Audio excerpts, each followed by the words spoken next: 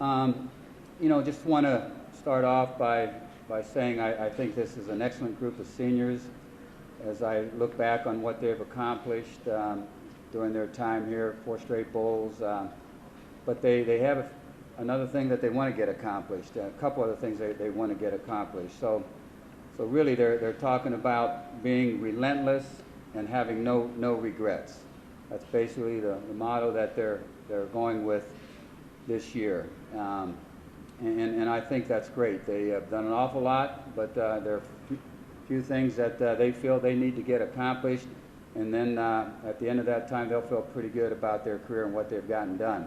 It's been a great team to work with so far. They've been outstanding in winter conditioning. We've had an excellent summer program with Sonny and his staff running it, and all signs are pointing straight ahead in terms of what they've been all about as far as work ethic, being close as a team.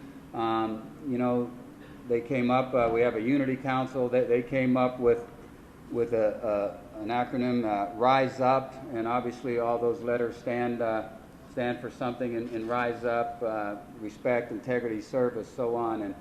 And so they've given quite a bit of thought to what they want to be all about and the kind of impression that they want to leave as a football team and a group of athletes, especially those that are seniors. I think most of you know our captains, the 3 guys from Oklahoma, all are part of that group with Tettleton Blankenship and Dante Harden, and then of course Travis Carey and Keith Moore. And I think they are 5 great leaders, and they're 5 outstanding football players. So I think we got the leadership in our captains, but I think we've got other leaders throughout the course of our football team that will help, and so that phase of it I expect will be very good for us. I think it's a talented football team. We lost certainly some very key players, some outstanding players, but we've got a lot of outstanding players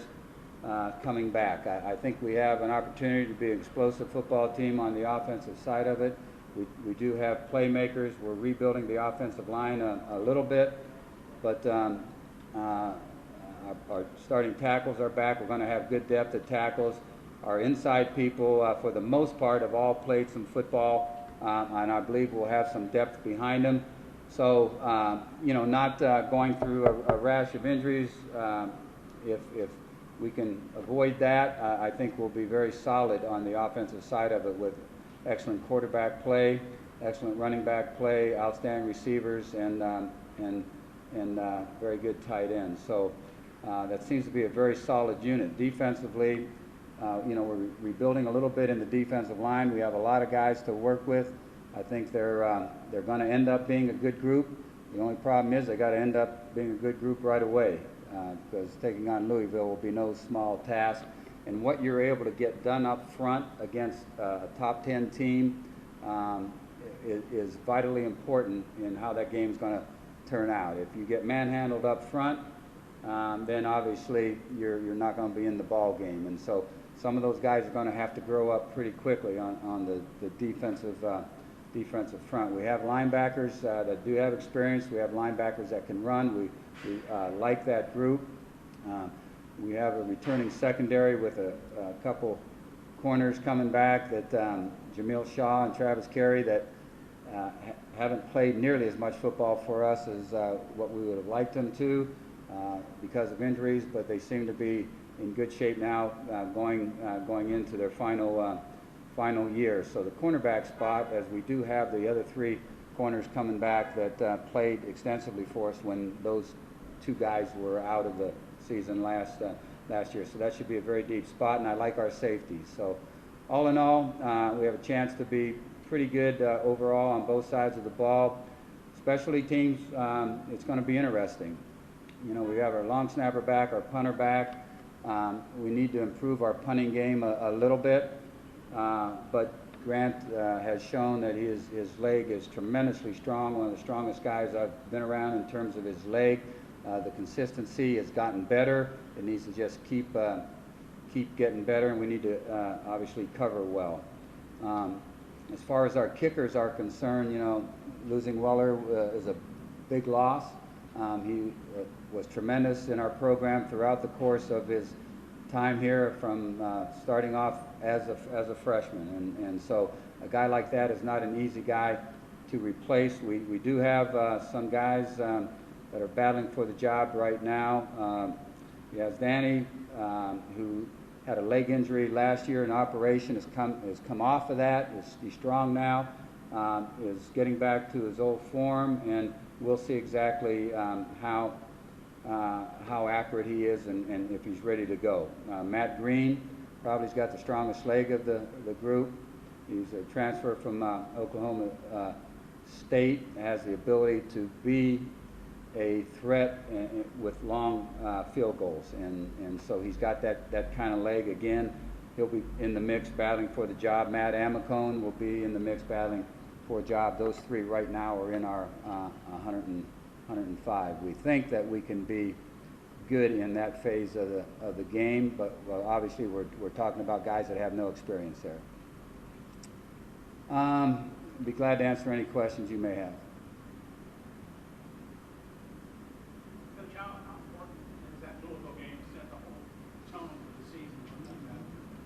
I'm a guy that believes every game's important, and so, how do you approach one game like that and say it's huge, it's so important that we've got to get it done, and then if you don't get it done, what does that mean to your guys the rest of the season? And so you take every game as they come. I like our football team.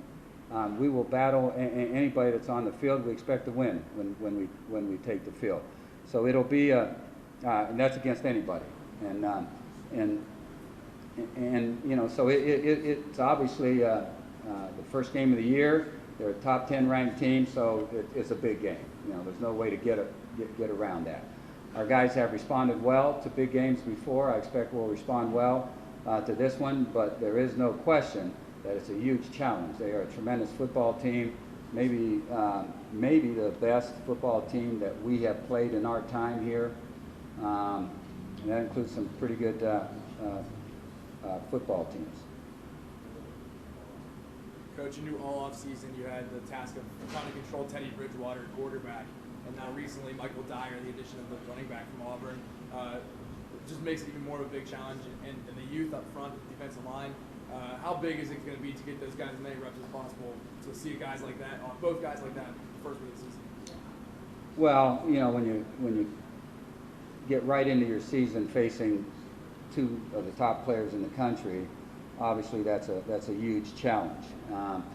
There's many challenges that we face in the Louisville game. We'll work hard. We've got good athletes. We expect to play well, and with that being said, we'll just see how it comes out.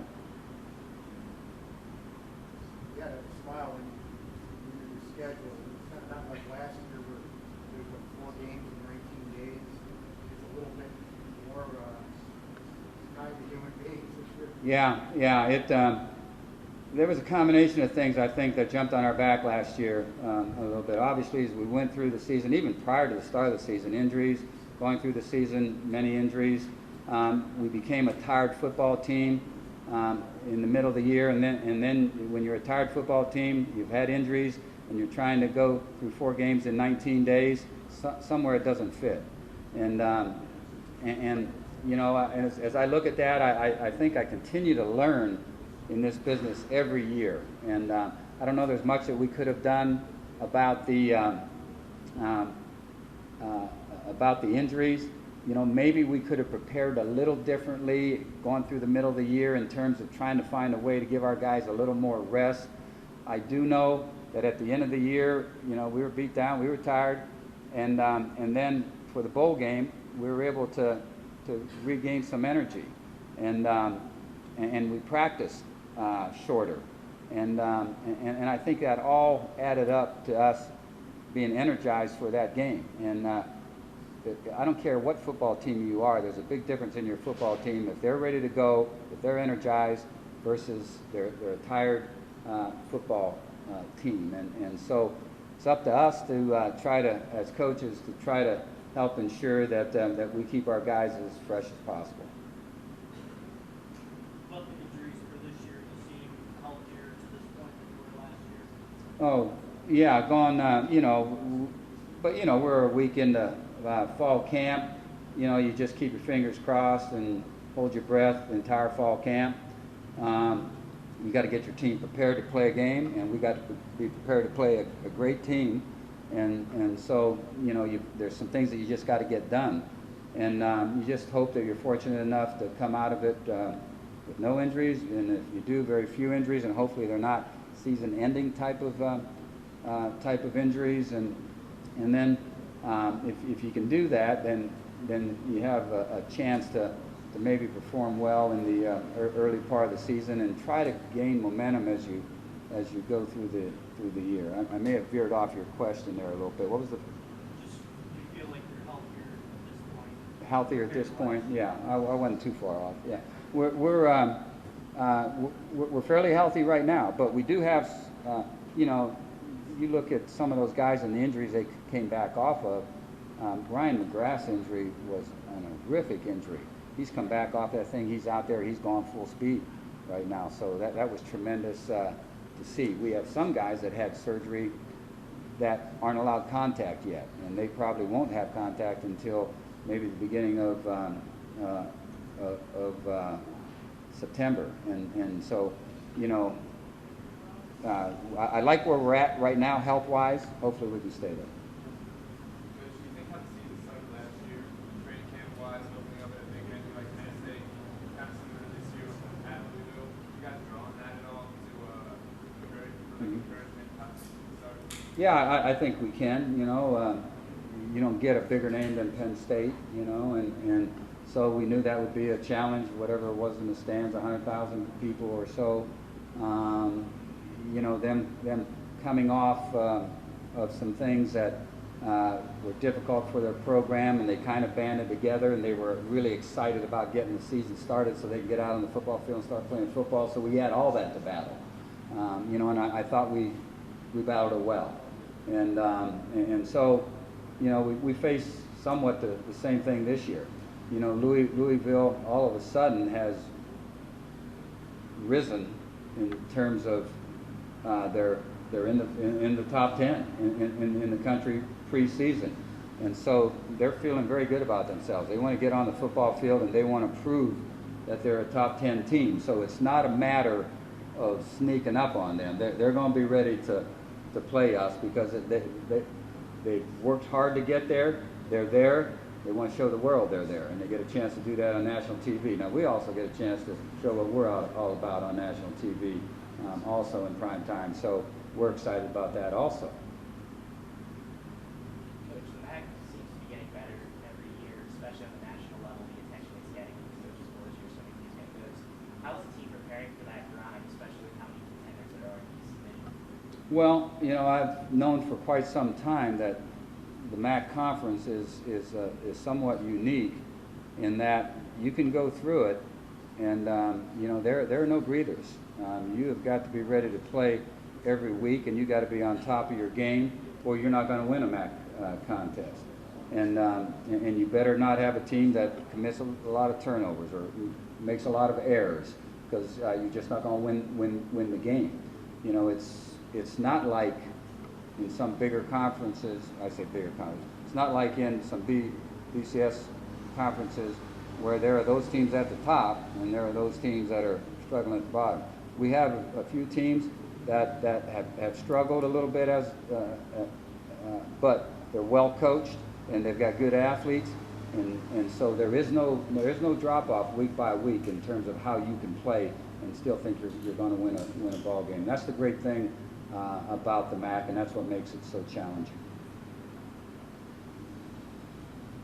Frank, at running back, is the plan to use both class, given the depth of the options you have there? Would you like to find a way to keep them like other? Yeah, we'll see how it goes. I think Coach Alvin and I are on the same page. We think we have a good group of running backs, and obviously Bo, for a lot of reasons, had to carry the load last year. Ryan Boykin, if he remains healthy, I think is an excellent running back, and obviously can share the load. Daz Patterson has experience, so he can jump in and play for us at any time. Tim Edmond, we moved over from defense to running back. He's a big running back, and so that enables us to do a few things there with him and Boykin in terms of their size and goal line and stuff. And so, you know, we have the ability to use more than just one back, and that's, you know, I know we put it all on basically Bo's back last year, and he accepted that. He kind of relishes that and wants to be that type of performer and wants that many carries. But in all actuality, I think we're going to have a very good group of running backs this year, and if they remain healthy, Bo can get some help.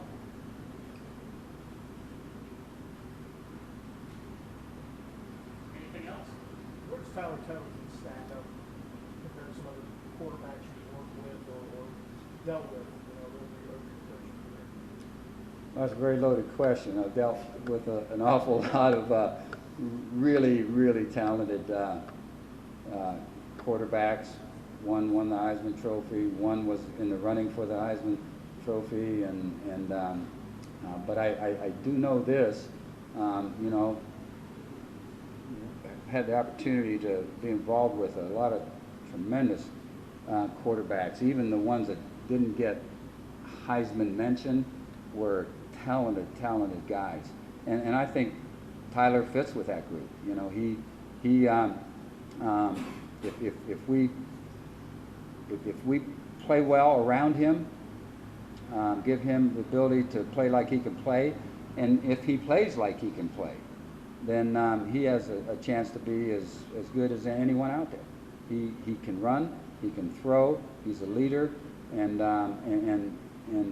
he's demanding of himself and of his teammates, and he wants to be perfect on everything he does. Obviously, no one is in the game, but you kind of like guys that drive themselves to try to be that way, and he's very much that way. No one outworks him, and so he's got all the right things.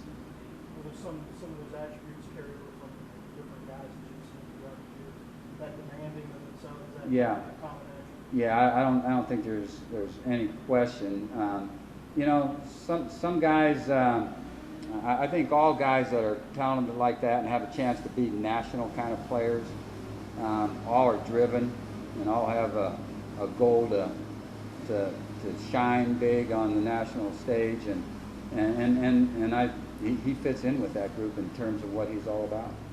When you first came here, it looked like, if you're a fan, he was going to be that wildcat guy, the changing pace guy, and he was styled like a famous baseball player. Never think it would turn out like this. I mean, Well, total pack. yeah. You know, I don't know that you're ever sure until the guy shows up and does it. But we really liked him on film. We had reports of what he had accomplished in some camps, and we knew where we were headed in terms of what we were going to be all about offensively, and we just thought that he would really fit that bill. Now, you know, did we know that he would start to rewrite the history books for Ohio University as far as the quarterback is concerned? I don't know that we knew that was going to fall in place quite like it did, but we knew that he had a chance to be an outstanding quarterback. Tight end position lost a lot of players last year. How are you guys going about replacing that? Well, Anthony, a tight end transfer from North Carolina State, has been a big plus for us, and so that was huge, because Troy Hill obviously is a player that is a proven player for us, but the problem that Troy has had is he's had injuries on and off through his time here, and so he's not really had the benefit of an off season. This past off season was Troy Hill's first off season of being able to really lift, get stronger, and work on things. He took full advantage of it, and you can see it. And obviously with his frame and his great mental approach to the game in terms of toughness. I mean, regardless of whether you have him blocking down on tackles or blocking on rush ends or splitting out and stock blocking on players that are in the skybox area, he's great at that. And then he's an excellent route runner and a very good receiver. And Anthony, I think, has a chance to. They're very similar. If you look at them, they look like bookends in terms of their size and their movement and what they're all about. So that gives us two guys that are big for us right now. Von Henry, has had shoulder problems. It popped out here today. Don't know how that's going to fit. Whether he's going to be healthy enough to get through this season or not. So then Tyler Knight is from last year, had hip surgery, and he's not ready to go at all. He's not even able to practice. He looks like a medical kind of situation for him in his last year here, and so everybody underneath that would be somebody new, and so that's the depth there is a little bit of a concern. I think the quality is really good. The quantity or depth, we need to find some depth. Coach, Jazz Patterson was special teams watches nationwide. Yesterday he said he was hoping he could be one of the better returners in the nation. Do you feel like your experience there, what you've seen, Jazz is somebody who can change the game, especially touch the ball, as a return game? I think he has the quickness to do that. He has the athleticism to do that. That position requires a person that has got it all put together. I mean, when you're back there catching punts and they're coming down on you, you got to zero in on the right technique to catch the punt. Then you got to make the first guy miss, and you got to have that toughness to know they may be on you. That's all difficult for a young player to just put together. When you're back on the kickoff return team and there's 11 guys coming down at you with a 50-yard, 40-yard run, that's not an easy thing for a young player. I think he got through that first year with doing some very good things for us, and I think he'll be a better football player now. I think he has put more and more things together. I think he is driven more. I think he knows what it takes more to be special in the return game, and I think he wants to work at it, and he certainly wants to do it, and that's where you start. Coach, you came here with all intentions of rebuilding this program. Now there's all the success on the football side and the basketball side, and a lot of athletics here, truthfully.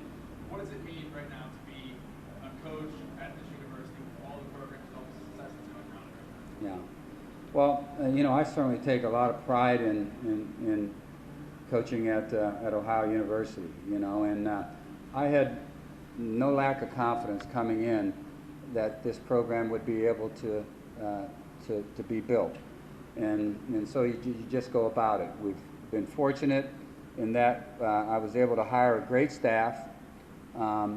We've been able to keep that staff pretty much together. We've not had to change coordinators, and usually we don't lose guys every year, and if we do, it's usually one guy or so. Fred Reed this past year went to Syracuse, and James Ward, who we brought in from Nevada, great experienced coach, great coach in a lot of different ways, and so we did not drop off, and so we're able to attract really top of the line quality coaches here to Ohio, and that has really been a key to us being able to start to build the program and then to get it at a level where we're maintaining it, but obviously we want to keep taking more steps. Anything else?